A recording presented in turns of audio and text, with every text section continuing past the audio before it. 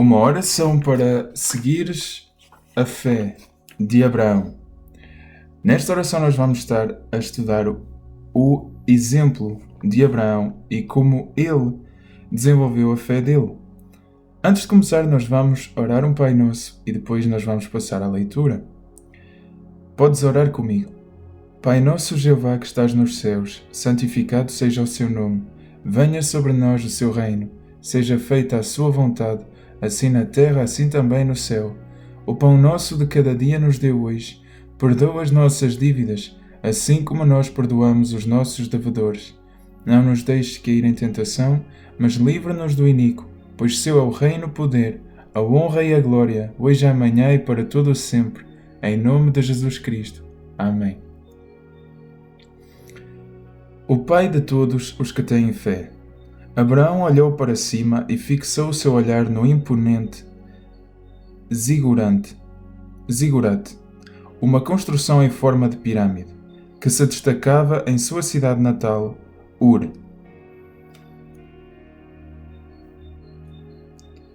Ali se ouvia o som de muitas pessoas e subia uma fumaça.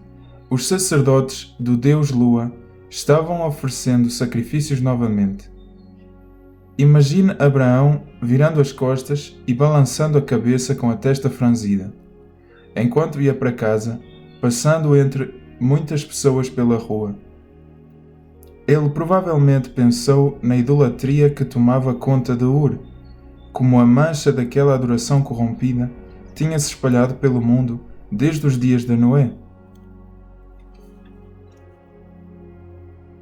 Noé morreu apenas 2 anos antes de Abraão nascer.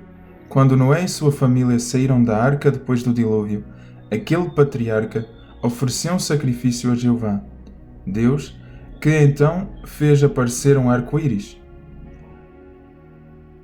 Gênesis 8:20 e Gênesis 9:12 a 14. Naquela época, a única adoração que existia no mundo era a adoração pura.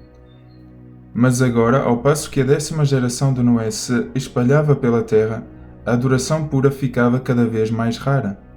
Pessoas em toda a parte adoravam deuses pagãos. Até mesmo o pai de Abraão, Tera, estava envolvido em idolatria, talvez fabricando ídolos. Josué 24:2. Abraão era diferente. À medida que os anos passavam, ele se destacava cada vez mais por causa de sua fé. De fato, o apóstolo Paulo foi mais tarde inspirado a chamá-lo de Pai de todos os que têm fé, que está em Romanos 4:11. Vejamos o que ajudou Abraão a desenvolver essa qualidade. Assim nós mesmos poderemos aprender muito sobre como aumentar a nossa fé. E então entendemos que Abraão rejeitou a idolatria que era tão comum em Ur.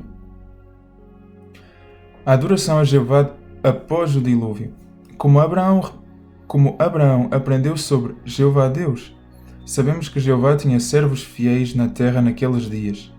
Um deles era Sem. Embora não fosse o mais velho dos 3 filhos de Noé, em geral, ele é mencionado primeiro, provavelmente por causa da sua notável fé. Um tempo depois do dilúvio, Noé se referiu a Jeová como Deus de Sem.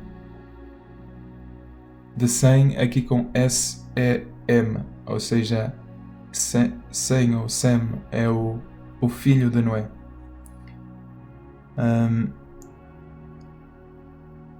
Isso está em Gênesis 9:26.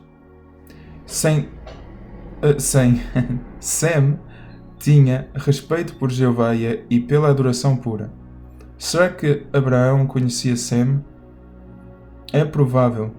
Quando era criança, Abraão deve ter ficado fascinado de saber que tinha um ancestral vivo que já havia presenciado mais de 400 anos de história humana. Sem tinha visto toda a maldade do mundo pré-diluviano, o grande dilúvio que tinha limpado a terra, a formação das primeiras nações à medida que a humanidade se multiplicava e a época sombria da rebelião de Nimrod na terra de Babel. O fiel Sem não se envolveu naquela rebelião. Assim, quando Jeová confundiu a língua dos construtores daquela torre, Sem e sua família continuaram a falar a língua original da humanidade, a mesma língua de Noé. Abraão era dessa família e certamente cresceu tendo muito respeito por Sem. Além disso, Sem continuou vivo durante a maior parte da longa vida de Abraão. Portanto, deve ter sido por meio de Sem que Abraão aprendeu sobre Jeová. De qualquer forma, Abraão levou a sério a importante lição que aprendeu do dilúvio. Ele se esforçou para andar com Deus, assim como Noé. Foi por isso que Abraão rejeitou a idolatria e se destacou como alguém diferente em Ur, talvez até em sua família imediata. Mas ele encontrou alguém que lhe dava muito apoio. Ele se casou com Sara, uma mulher notável não apenas pela beleza, mas também pela grande fé em Jeová. Embora não tivessem filhos, eles tiveram muita alegria em servir juntos a Jeová. Eles também criaram Ló, um órfão que era sobrinho de Abraão. Abraão nunca trocou Jeová pela idolatria de Ur. Ele e Sara estavam dispostos a se destacar como diferentes daquelas pessoas idólatras. Para desenvolvermos verdadeira fé, precisamos ter uma atitude similar. Também devemos estar dispostos a ser diferentes. Jesus disse que seus seguidores não fariam parte do mundo e que o mundo os odiaria por causa disso. João 15:19. Se algum dia você ficar muito triste por ter sido rejeitado por membros da sua família ou por outras pessoas devido à sua decisão de servir a Jeová, lembre-se que você não é o único. Assim como Abraão e Sara fizeram no passado, você também está andando com Deus. Sai da tua terra. Certo dia, Abraão teve uma experiência inesquecível. Ele recebeu uma mensagem de Jeová Deus. A Bíblia não dá muitos detalhes sobre isso, mas diz que o Deus da glória apareceu àquele homem fiel. Atos 7:2-3. Talvez por meio de um representante angélico, Abraão teve um vislumbre da magnífica glória do soberano do universo. Podemos imaginar como Abraão ficou emocionado de ver o contraste entre o Deus vivente e os ídolos sem vida adorados pelas pessoas da sua época. Qual foi a mensagem de Jeová a Abraão? Sai da tua terra e de teus parentes e vai para uma terra que eu te hei de mostrar. Jeová não disse qual terra tinha em mente, só disse que a mostraria a Abraão. Mas primeiro Abraão teria de deixar para trás sua terra natal e seus parentes. No Antigo Oriente Médio, a família era muito importante. Em geral, era algo terrível. Um homem deixar seus parentes e se mudar para um lugar distante para alguns, isso era pior que a morte. Deixar sua terra envolvia sacrifícios. Ur era uma cidade rica e movimentada. Escavações revelaram que havia casas muito confortáveis na antiga Ur. Alguns tinham 12 aposentos ou mais para a família e os servos. Os aposentos ficavam ao redor de um pátio interno pavimentado. Algumas facilidades incluíam água encanada, banheiros e sistema de esgoto. Lembre-se também que Abraão e Sara não eram jovens. Ele provavelmente tinha mais de 70 anos e ela mais de 60. Com certeza ele queria cuidar bem de Sara e lhe dar algum conforto, algo que todo bom marido quer para a sua esposa. Imagina as conversas que eles tiveram sobre essa designação, as dúvidas e as preocupações que talvez tenham surgido. Como Abraão deve ter ficado feliz quando Sara aceitou o desafio. Assim como ele, ela estava disposta a deixar para trás todos os confortos de sua casa. Após tomarem a decisão, Abraão e Sara tinham muito que fazer. Precisavam embalar e organizar muita coisa, o que levariam nessa viagem para o desconhecido e o que deixariam para trás. No entanto, o mais importante eram as pessoas que faziam parte da sua vida. O que fariam com o idoso Tera, pai de Abraão? Eles resolveram levá-lo e tomar conta dele. É provável que ele tenha concordado plenamente com isso, pois o relato atribui a ele, como patriarca, a decisão de sair de Ur com sua família. Pelos vistos, ele tinha abandonado a idolatria. Ló, sobrinho de Abraão, também iria com eles. Gênesis 11:31. Finalmente chegou o dia da viagem. Visualiza a caravana, ajuntando-se de manhã, do lado de fora das muralhas e do fosso de Ur. Os camelos e os jumentos estavam carregados, os rebanhos tinham sido ajuntados, a família e os servos estavam prontos. Havia certa expectativa no ar. Talvez todos estivessem olhando para Abraão, apenas aguardando seu sinal para partir. Por fim, chegou a hora e eles partiram, deixando Ur para trás para nunca mais voltar. Atualmente, muitos servos de Jeová decidem se mudar para onde há necessidade de mais pregadores do reino. Outros decidem aprender um novo idioma para expandir seu ministério, ou decidem experimentar outra modalidade de serviço com a qual não estão acostumados. Decisões como essas, em geral, exigem sacrifícios, a disposição de abrir mão de certa medida de conforto. Essa disposição é muito elogiável e bem parecida à de Abraão e Sara. Se demonstrarmos essa fé, podemos ter certeza de que Jeová sempre nos dará muito mais do que damos a Ele. Ele sempre recompensa os que demonstram fé. Hebreus 6:10, Hebreus 11:6. Será que Ele fez isso no caso de Abraão? Do outro lado do Eufrates. Aos poucos, a caravana se acostumou com a rotina de viajar. Podemos imaginar Abraão e Sara às vezes montados em animais e às vezes caminhando. Sua conversa se misturava ao barulho dos sinos pendurados nos arreios dos animais. Com o tempo, até mesmo os viajantes menos inexperientes ganharam prática em montar e desmontar o acampamento, bem como em ajudar o idoso Tera a se acomodar confortavelmente sobre um camelo ou um jumento. Eles seguiram em direção ao noroeste, contornando o grande arco formado pelo rio Eufrates. Dias se transformavam em semanas e a paisagem ia passando lentamente. Finalmente, depois de percorrerem uns 960 km, avistaram as cabanas de forma arredondada de Ará, uma cidade próspera, no cruzamento das rotas comerciais leste a oeste. Eles passaram e se estabeleceram ali por um tempo. Talvez Tera estivesse muito fraco para continuar a viagem.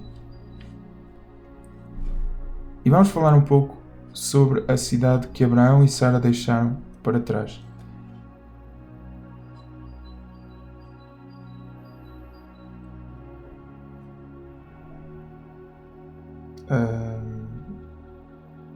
A meio caminho entre o Golfo Pérsico e a cidade de Bagdá, achava-se uma pilha de tijolos de barro com um aspecto desagradável.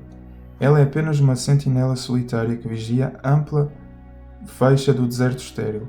Golpeadas por tempestades de pó e aquecidas pelo sol hostil, as melancólicas ruínas mantêm-se em total silêncio, rompido apenas pelo uivo ocasional de um animal noturno. Isso é tudo que resta do que já foi um dia a poderosa cidade de Ur. Uns 4 milénios atrás, ali no que era então a margem leste do rio Eufrates, Ur é uma cidade próspera, reluzentes casas e lojas, caídas se enfileiram por suas ruas tortuosas. Mercadores e fregueses pechincham preços nos bazares, usando montes de lã crespa.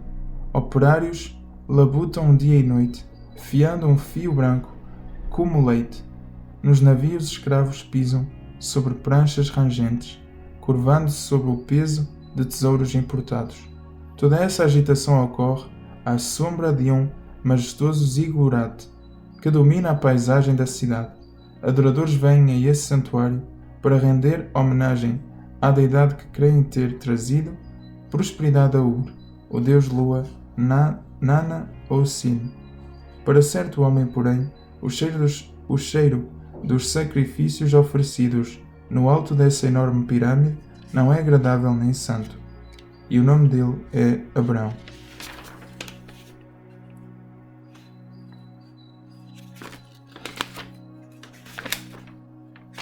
Por fim, Tera morreu com 205 anos. Isso está em Gênesis 11:32. Abraão recebeu muito consolo nessa época difícil, pois Jeová se comunicou novamente com ele. Jeová repetiu as instruções que tinha-lhe dado em Ur e acrescentou detalhes às suas promessas. Abraão se tornaria uma grande nação e, por causa dele, todas as famílias da terra seriam abençoadas. Gênesis 12, 2 e 3.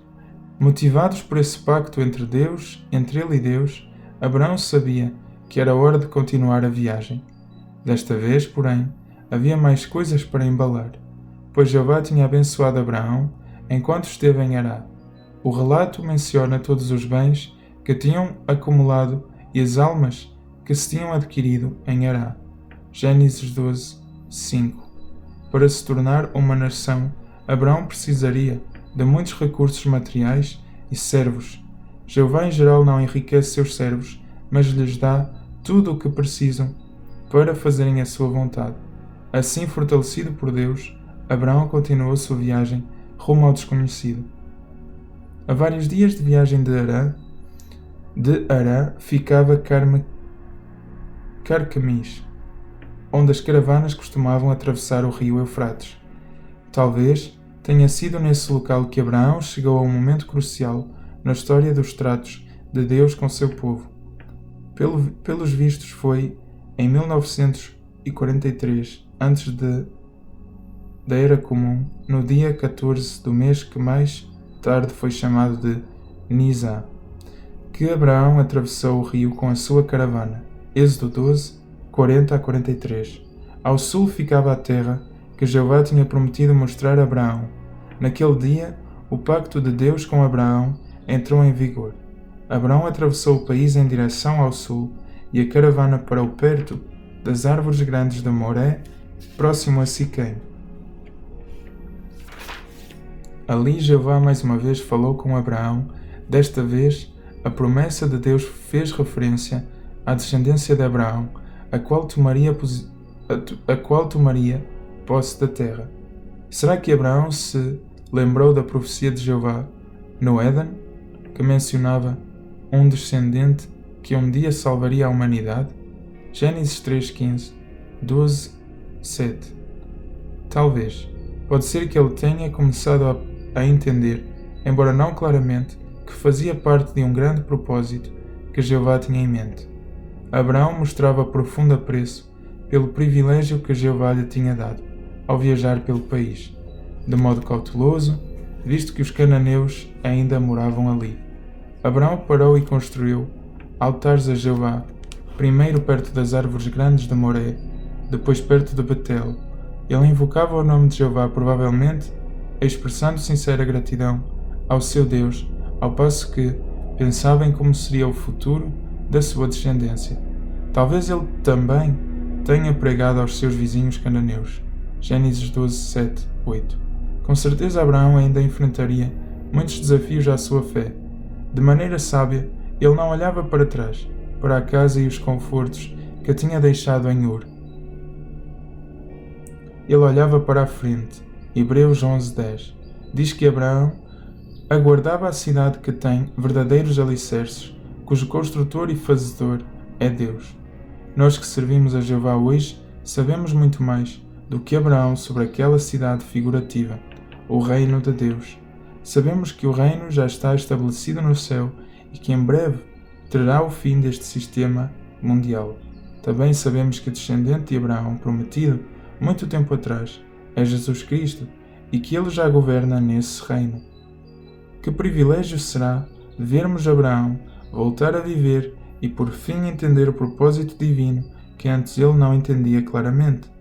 Você gostaria de ver Jeová cumprir todas as suas promessas? Em caso afirmativo, continue a fazer o que Abraão fez. Esteja disposto a fazer sacrifícios. Seja obediente e tenha profundo apreço pelos privilégios que Jeová lhe dá. Imite a fé de Abraão, o pai de todos os que têm fé, e ele, por assim dizer, também será o seu pai. E podemos pensar nas seguintes questões. Como Abraão demonstrou fé mesmo diante de idolatria? o que impressiona na disposição de Abraão de deixar Ur. A fé de Abraão proporcionou a ele que bênçãos e privilégios. De que maneiras você gostaria de imitar a fé de Abraão? Bem, nós podemos pensar em outras coisas também, como nós estivemos a ler.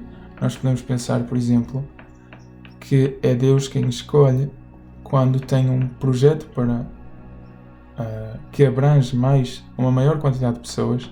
Deus pode escolher alguém para impactar essas pessoas.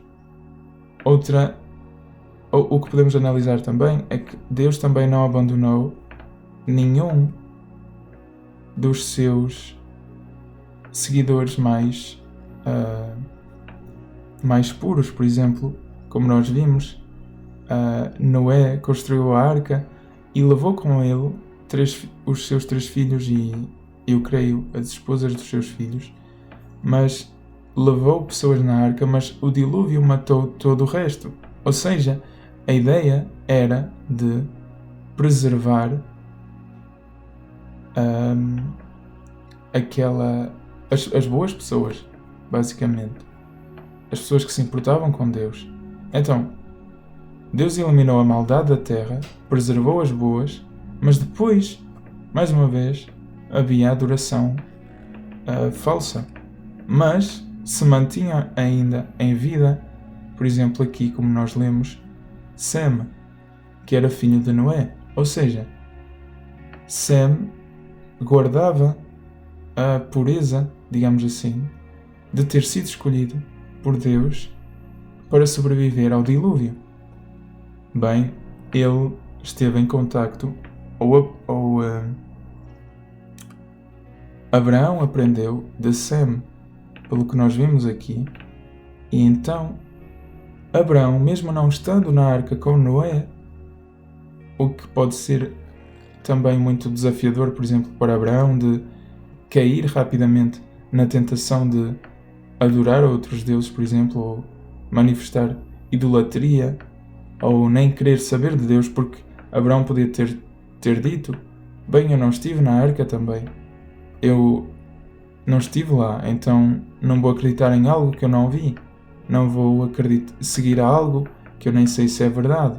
Bem, Abraão não estava na arca, mas, mesmo assim, ele demonstrou diante de Deus que não estava contente com o facto de ver pessoas a adorarem outros deuses e fazerem sacrifícios. E Deus viu isso, e mais uma vez, como Abel, nós vimos também que Abel também manifestava uma certa gratidão para com Deus. De certa forma, quem de certa forma manifesta uma gratidão por Deus, quem pensa em Deus, quem por vezes contempla algumas coisas belas deste planeta e pensa em Deus, ou quem deixa de fazer coisas erradas, de certa forma também pensa em Deus. Deus não se esquece dessas pessoas. E nós estamos a ler aqui a história um pouco, e pode ter palavras caras e tudo, mas o importante é de entender que é Deus quem escolhe, é Deus quem abençoa, é Deus quem capacita, é Deus quem ajuda, dá uma saída. E Deus faz tudo isso não para qualquer pessoa, mas para quem Ele vê, que pensa nele, que faz o que é certo. E tu não precisas, mais uma vez eu volto a dizer, tu não precisas de te inscrever numa religião, tu não precisas de fazer parte de um grupo religioso, tu não precisas de deixar de ser quem tu és, tu não precisas de radicalmente mudar coisas na tua vida. Se tu tens um bom coração, Deus vai sondar esse coração um dia ou outro e Ele vai ver que as tuas intenções são boas. Ao Ele ver que as tuas intenções são boas, como estes exemplos que nós estamos a ler, nenhum deles era perfeito. Mais uma vez, estas pessoas eram como eu e tu. Se Deus vir que as tuas intenções são boas, Ele é quem precisa de ser perfeito na tua vida. Tu não precisas de chegar a ser perfeito, ou sei lá que doutrinas alguém já te disse que tu devias ter, tu devias fazer, te tornar perfeito, etc. Isso é ridículo, porque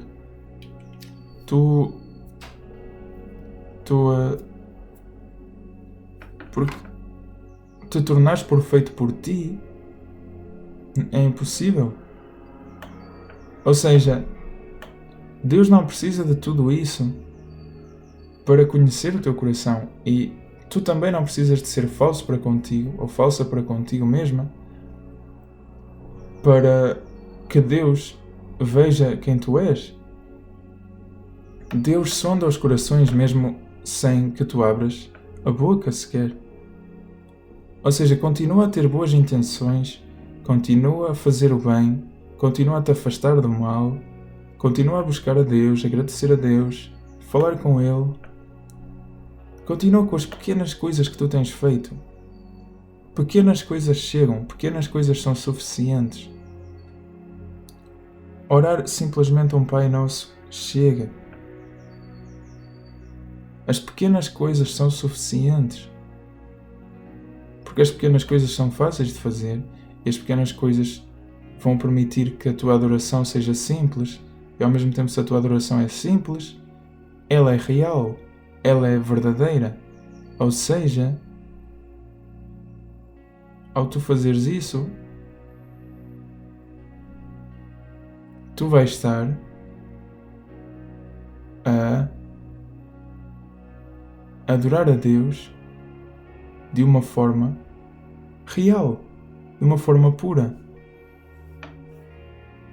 e sem mentiras, ok? Porque tu não vais estar a mentir a Deus, porque Deus conhece toda a verdade, conhece a verdade do teu coração, e mais vale uma adoração simples, se calhar tu ficando em casa, orando o Pai Nosso, do que, por exemplo, tu andares bem vestido ou bem vestida e superficialmente ires e te sentares numa igreja ou num culto ou numa cerimónia ou numa reunião presencial ou em qualquer encontro religioso e simplesmente nem exerceres gratidão por Deus, apreciação por Deus ou interesse por Deus, e simplesmente só de forma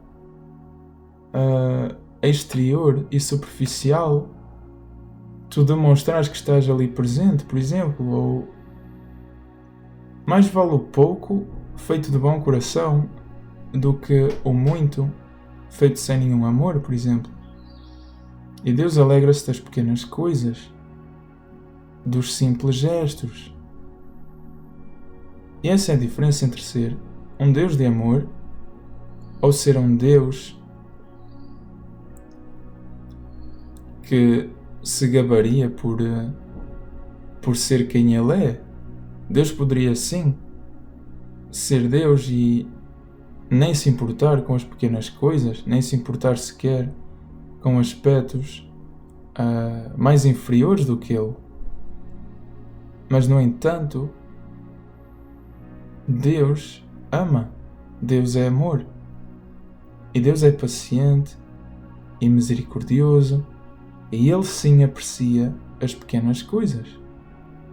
Como um pai aprecia, por exemplo, os desenhos mal feitos de uma criança que ainda não sabe pintar.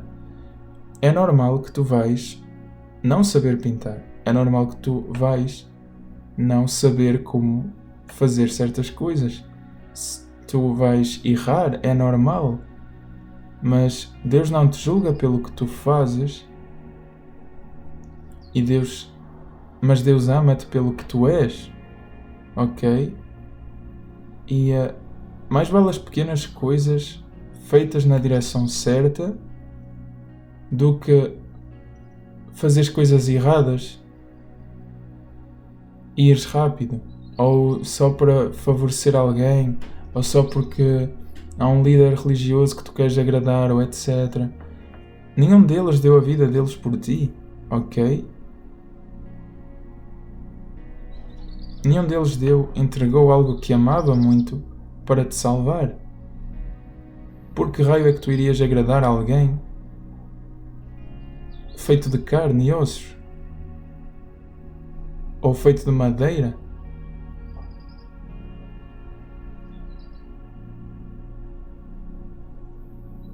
Essas coisas são inúteis, nada podem fazer por ti. Então não te canses em adorar essas coisas. Porque nada podem fazer por ti. Santos de madeira, líderes religiosos que nem deram a vida por ti. Quem deu a vida por ti foi Jesus. E quem deu Jesus foi Deus. Se alguém que deves querer agradar é Deus, se alguém que deves agradecer é Jesus, e te informar sobre eles, ler sobre eles, porque eles vão ajudar a tua fé, eles vão ajudar na tua caminhada espiritual. E essa é a mensagem de hoje. É de seguir exemplos simples. Mais um exemplo aqui é Abraão. Então, não te preocupes, ok? Apenas ser quem tu és, mas demonstra amor, demonstra gratidão, demonstra... Não para com o mundo, porque o mundo não vai valorizar isso. Por mais esforço que tu faças, ninguém neste mundo vai reparar naquilo que tu fazes e te agradecer. Bater nas tuas costas e dizer excelente trabalho. Não faças coisas para receber o reconhecimento deste mundo ou de quem habita nele. Faz em direção a Deus, porque Deus vai sim te recompensar. Só Deus pode te recompensar, na verdade. E não só, Ele vai fazê-lo de forma justa e de forma verdadeira. E por isso tu vais reparar no teu ser que estás a ser recompensado justamente. E por alguém que sabe recompensar. Ou seja, Deus vai trabalhar em ti e isso é, sem sombra de dúvidas, uma verdade. E tu vais te aproximar de Deus e lembra-te que há um caminho, é uma jornada. É sobre semear e semear e semear. E mesmo quando tu tens boas coisas para colher, não te esqueças de semear novamente. Já que estás perto de um pé ou de uma árvore que te deu frutos e que tu estás ali a saborear um fruto, lembra-te de, ao mesmo tempo, ou logo a seguir, pegar nas sementes desse fruto, cavar rápido um buraco ao lado dessa árvore, desse pé, e colocar essas sementes, logo, ali para que elas nasçam, para multiplicares a tua colheita mais tarde, com menos esforço, porque é mais doloroso de começar do que manteres a tua rotina espiritual. Ou seja, lembra-te de nunca parar para comer ou para celebrar, porque não se trata de uma chegada, trata-se de um caminhar, ok? E todos esses bons conselhos que eu posso te dar é porque eu já me apercebi dessas coisas. eu já me apercebi que é sobre o plantar. Plantar sementes e plantar e plantar e plantar. E se já há colheita, muito bem. Mas continua a plantar, continua a plantar, continua a plantar. Continua a orar, continua a orar. Continua a ler a Bíblia, continua a ler a Bíblia, continua a buscar a Deus e tu vais ter colheita. Tu vais ter colheita, mas nunca pares de semear, porque o momento em que tu paras de semear é o momento que tu deixas de ter coisas para colher.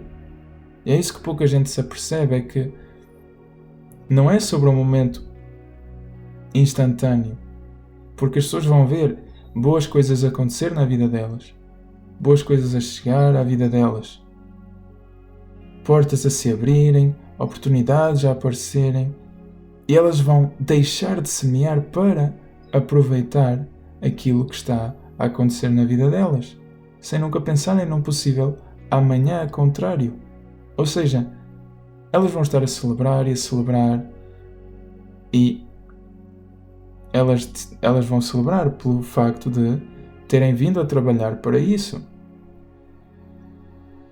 Mas tu não podes fazer duas coisas ao mesmo tempo, ou celebras ou plantas. E se tu plantas, vais ter mais razões para celebrar. Talvez nem vais celebrar tanto, mas se tu só celebras e não plantas, ao início ok. Porque é que tu irias plantar? Olha para a tua colheita, tantos frutos, uau, tanta coisa para colher, man, eu posso ficar aqui e usufruir deste trabalho que eu fiz, desta colheita que eu tive, e não preocupar com o amanhã, porque olha, isto dá-me para tantos dias, tantas semanas, tantos meses, tantos anos. Mas aqui se aplica aquilo que Jesus disse. Que ele disse, havia alguém que tinha tido uma grande colheita e disse, tenho tanta colheita, vou agora descansar e aproveitar, porque tenho os meus celeiros cheios e tenho coisas para muito tempo. E Jesus disse, tolo, ainda hoje te pedirão a tua alma. Ou seja, nós nunca sabemos o que vai acontecer amanhã. Tiago 4,15. Mais uma vez. O Tiago 4, aliás. O livro de Tiago, capítulo 4, é um bom livro para tu leres, para te informar sobre as surpresas de um possível amanhã. É porque tu não sabes o que é que vai acontecer amanhã. Tu só calculas aquilo que está diante de ti e decides que isso chega.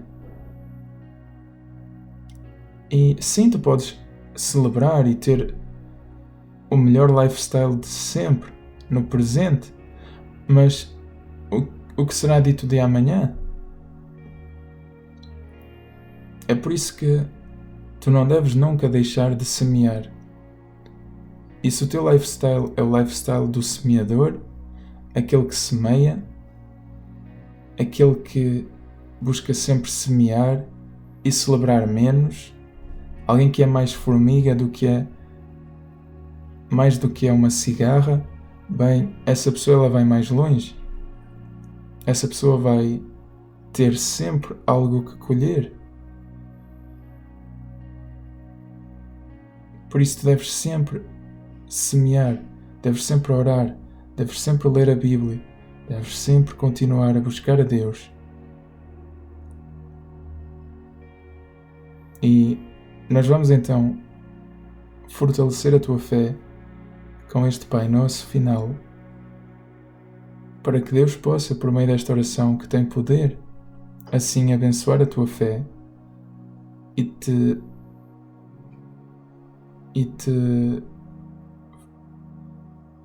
fazer com que tu sejas recompensada pelo que tu tens vindo a fazer, mas também para que tu possas também continuar Ou quem sabe começar a semear. E eu estive aí. Eu estive nesse começar a semear. Eu só estou onde estou hoje porque comecei a semear cegamente, sem saber. Eu tive de voltar a aprender a oração do Pai Nosso. Eu nem me recordava sequer de como orar. Eu tive de ir ler como é que era, por ordem, a oração do Pai Nosso. Ou seja, nunca é tarde para tu começares. E não há uma forma de começar perfeita. É com o tempo e a evolução é que tu vais ter mais intimidade para com Deus. E o Espírito Santo vai te corrigir, vai corrigir as tuas orações, vai corrigir os teus passos, vai corrigir a forma como tu semeias, como tu plantas. E tudo isso acontece porque tu vais manifestar o teu interesse para com Deus e para com a tua caminhada espiritual. E, mais uma vez, como eu disse, Deus vai te abençoar por isso. Ou seja, nós vamos agora orar um Pai Nosso para selar esta oração e esta leitura, e nós vamos também pedir a Deus para que, por meio desta oração, para que Deus possa, então, te mostrar os novos passos a dar, o caminho por onde deves andar e começar, e é isso, e onde plantar esta tua primeira semente, quem sabe? Primeira de muitas. Vamos então orar. Pai nosso Jeová que estás nos céus, santificado seja o seu nome, venha sobre nós o seu reino, seja feita a sua vontade, assim na terra, assim também no céu. O pão nosso de cada dia nos dê hoje, perdoa as nossas dívidas, assim como nós perdoamos aos nossos devedores. Não nos deixes cair em tentação, mas livra-nos do iníquo, pois seu é o reino, o poder, a honra e a glória, hoje, amanhã e para todo o sempre, em nome de Jesus Cristo. Amém. Que Deus te abençoe e encontramos-nos no próximo exemplo de uma fé em Deus. Que Deus te abençoe. Até já.